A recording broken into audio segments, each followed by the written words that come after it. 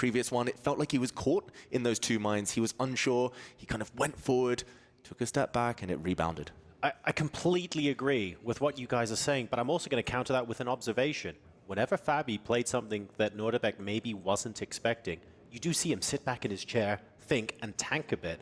His ability at that point to go, no, you know what?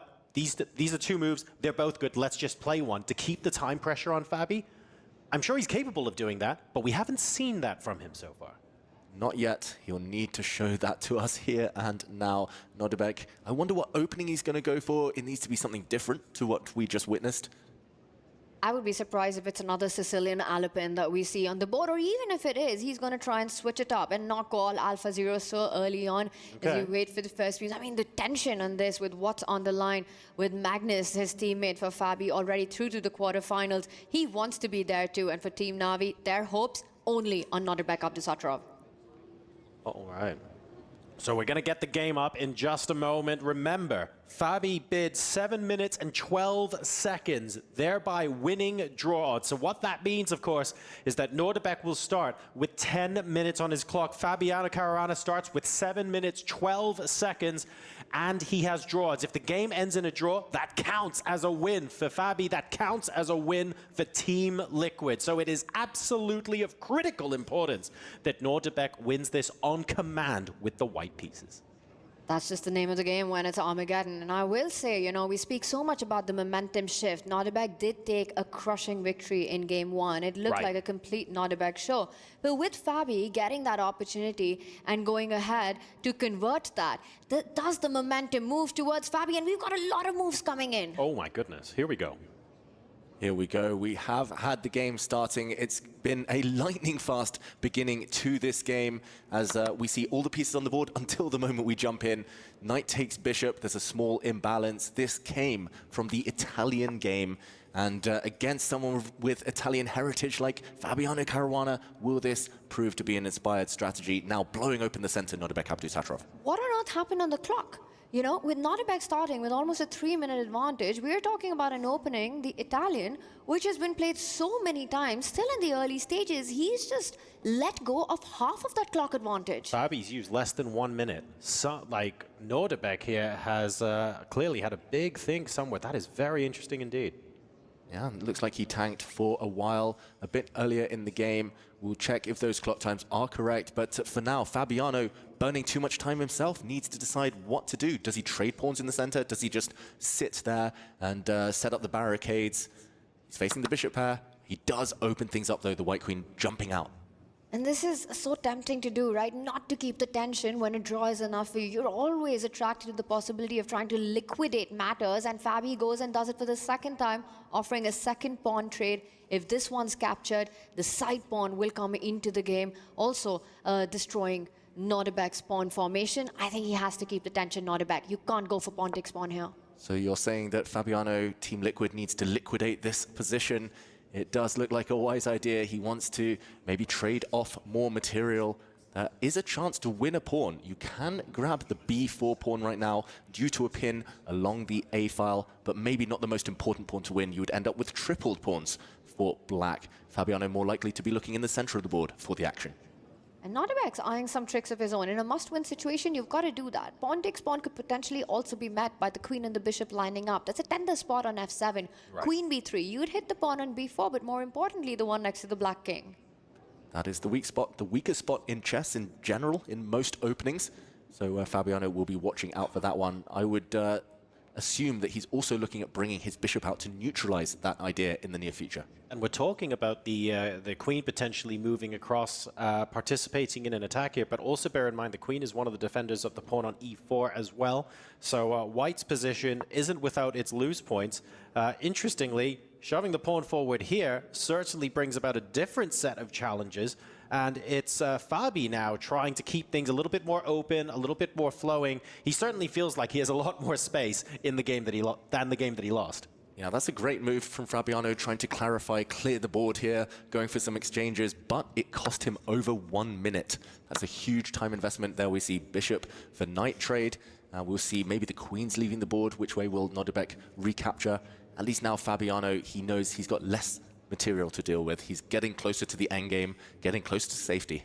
Fabi is a calculation beast, and that's what he did. He took those few extra seconds, but went for the most direct, concrete line, which forces pieces and pawns off the board. You know, if you take that knight with the pawn, the rooks will come off, the black knight will start jumping to attack the queen. Let's point out, pawn takes pawn still in the air. Fabi playing for the activity. He brings his queen to a very strong square. Watch out, moves that rook that's being attacked on A1.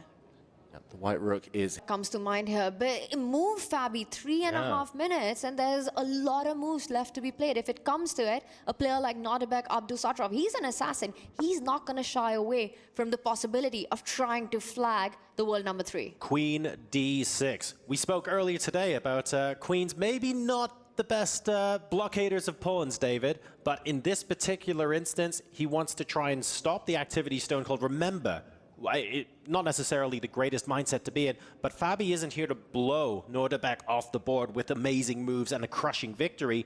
A draw will suffice. Yep, this queen, not a happy blockader, but she's aiming to corral the white d-pawn, the extra pawn in this scenario for Nodirbek. It's on a light square. It can get hit by the black knight as well in the near future, and he cannot connect his pawns, Nodirbek. A very important detail, he cannot play c4 in the near future due to the black bishop's pressure on this diagonal. So he's aiming to regain the material. A very good move from Fabiano. He keeps playing these very kind of principled moves, very correct moves, but costing him the time. Nodirbek frozen as well. This is definitely the calm before the storm, before the scramble. Let's talk briefly about the white plan to win, because frankly, we have to win at all costs. Where do you see the pieces living on the board? If white had 2 or 3 free moves to place pieces wherever you want, where are we going? He's showing us the way, right? He activates that rook, the rook lift, and it'll come to the center of the board if it needs to defend that pawn. The c2 pawn can also move forward to really consolidate that d5 stronghold that you have, the passer that you have in the position right now. So a really nice find that. The bishop is about to land on b2 as well. And as long as Nodirbek can keep the pressure, keep the pieces on the board, not trade too much, the biggest plan is flag Fabi. Yeah, that was a great decision, by the way. That white rook is super strong. Fabiano hunting down white's central pawn now. Heart rate's rising. We saw Nodirbek shaking his leg. That's his trademark. He's always about the adrenaline. Even in longer classical games, he wants to get the blood pumping. Fabi, though, with the threats. If that white d-pawn drops off, a draw is very likely, even in an endgame, even if white has an extra pawn. So he holds it. Nodirbek here. The black knight retreats, but the white pawn can continue to advance. Yeah, I'm looking at that, and my first thought, my 3-minute chess brain instantly went, oh, you're attacking it? Push.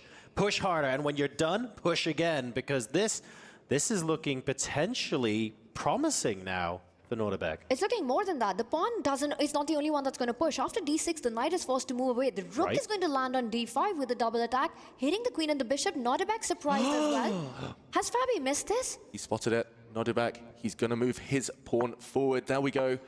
And the black knight had to move. Now, stepping forward with the rook is a double attack, hitting the black queen and bishop, but the black queen can drop back and defend. Fabi, though, losing 2 moves. He moved his knight back, had to move it again, opening up his king. Does rook d5 still... I guess the queen can drop back to... Does c8 work? It's the only square that stays connected to the bishop, but what's the follow-up that Nodirbek has right now?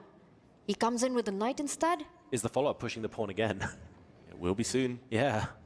First, the black queen is hit. Big decision. He trades off that pesky white knight. But once this bishop is recaptured, it's going to be so tough now to get to white's extra pawn. That d-pawn is going to just throttle the black pieces here, paralyze the black army, as the black rook acts as a blockader now. But Fabi does not look happy. At least he's closed the time deficit to within a minute. Yeah, and that is progress. You know, you place all your pieces on the light squares. The white bishop cannot attack a single piece of Fabiano Caruana's right now. He still needs to make progress. Nodirbek's spidey senses are tingling right now. He's looking at ideas. There are pawns on the king side that can be picked up. He's first lining up the rook to slide over to the G line. Stopped. Maybe a missed opportunity. The white bishop could have actually sacrificed itself for a pawn to blow open the black king a couple of moves ago. What? Now the black knight is jumping. Now the white bishop sidelined and about to get hit. This feels wrong. Question mark attached. The black knight can jump. There we go. Hitting the white queen, hitting the white bishop. Fabi's not out of this yet. No, he's back in the game. He's back in the fight. Now that the knight has improved, he needs only a draw in the position. It's still material balance. It's 1 pawn down, but that pawn is blocked. Now it is a material balance. As the queen steps in, Nodirbek has lost most of his advantage. And this board and feels, clock. yeah, it feels like it's things are starting to subside a bit. They're starting to chill a bit. Abdusattorov down to just under 3 minutes. Fabi now starting to play a little bit faster, 2.25 minutes on the clock, so about 30 seconds separating the two players right now.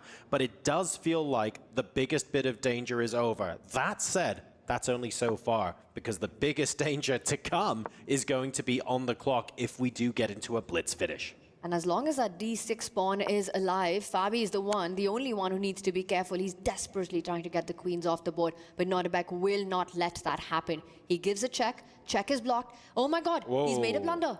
And now the white rook can step forward. This idea we saw earlier, the rook could have gone to D5, winning the F5 pawn. There were tricks, discovered attacks there.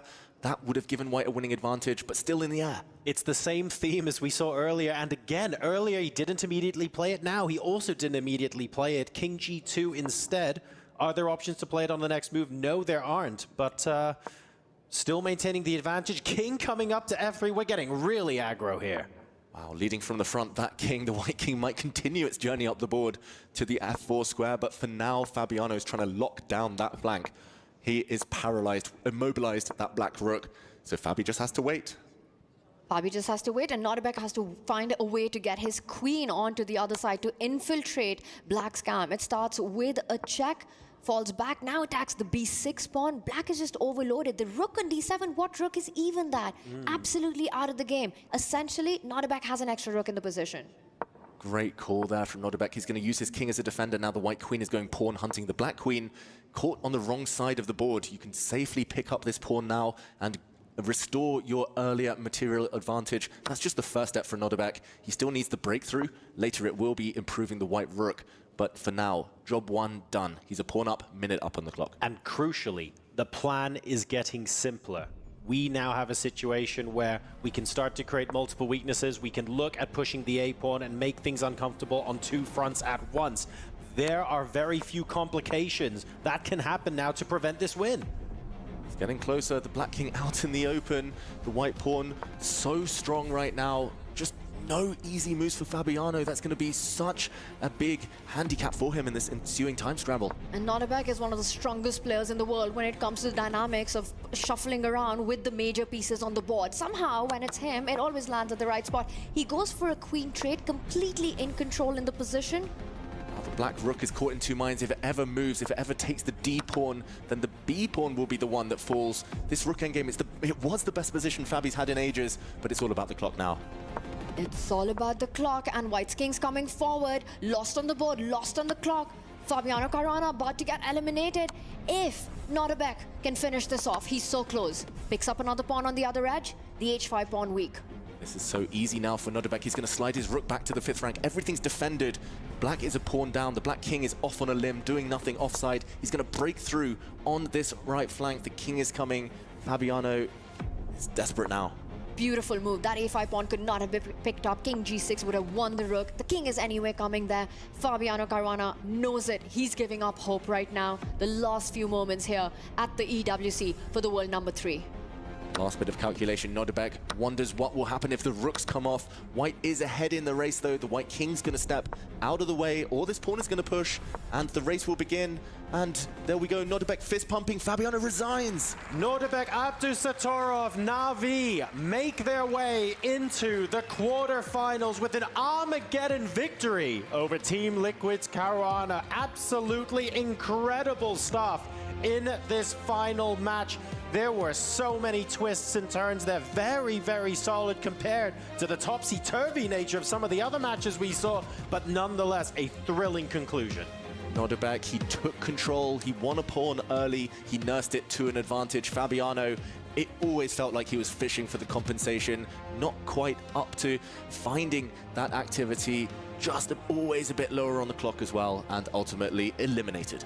The whole match was a roller coaster, and the one driving it was Nodirbek. Abdusattorov gets that first match win in, takes too many chances, loses the second game, and this Armageddon, beautiful technique here in display. Never easy to be in a must-win, with those finishing touches eventually going into this endgame, pushing the pawn, realizing both players would queen at the same time, but check, Black would lose the queen, and this was the moment Fabi resigned.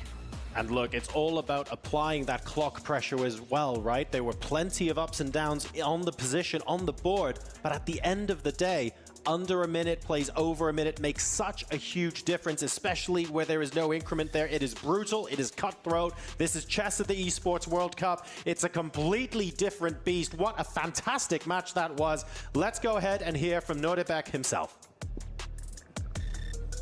Yeah, we're here with Nodirbek. Casters, you're doing a great job, by the way. We're here with Nodirbek. He had a stunning performance in the last game. Game 1, you came out, you dominated.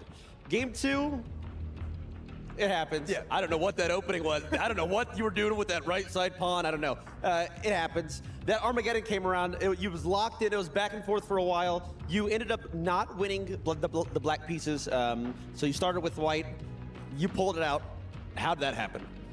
Yeah, I'm extremely happy, first of all, to win this match. It was extremely hard. I played a good game in first game, but yeah, I couldn't keep my nerves in second game, and I played horrible opening. Yeah, in the third game, I really, hold my nerves and played well. Yeah, at the end he was close to holding on, but I managed to swindle in the end game. Yeah, I mean, I feel good, but it's not over yet, so I have another match coming, so yeah. That's right. Now, when we're talking about the upcoming match, it's going to be against Jan Krzysztof Duda. How are you going to be going up against him? I mean, first of all, it's got to feel great to take down the world's #3. Is that going to motivate you going into that next game, or are you still feeling a little bit anxious because it's still a spot in the top 8 on the line? No, I mean, I'm just, happy to play. I mean, because I didn't expect to. I mean, I kind of expected to win this match, but yeah, I mean, going for next match, I think it's going to be extremely tough also. So yeah, I will do my best and hope that it will work. Well, we won't take too much of your time. Congratulations. Still one more best of 2 standing between you and the top 8. Ladies and gentlemen, one more match to wrap up Elimination Day here at the chess tournament at the Esports World Cup.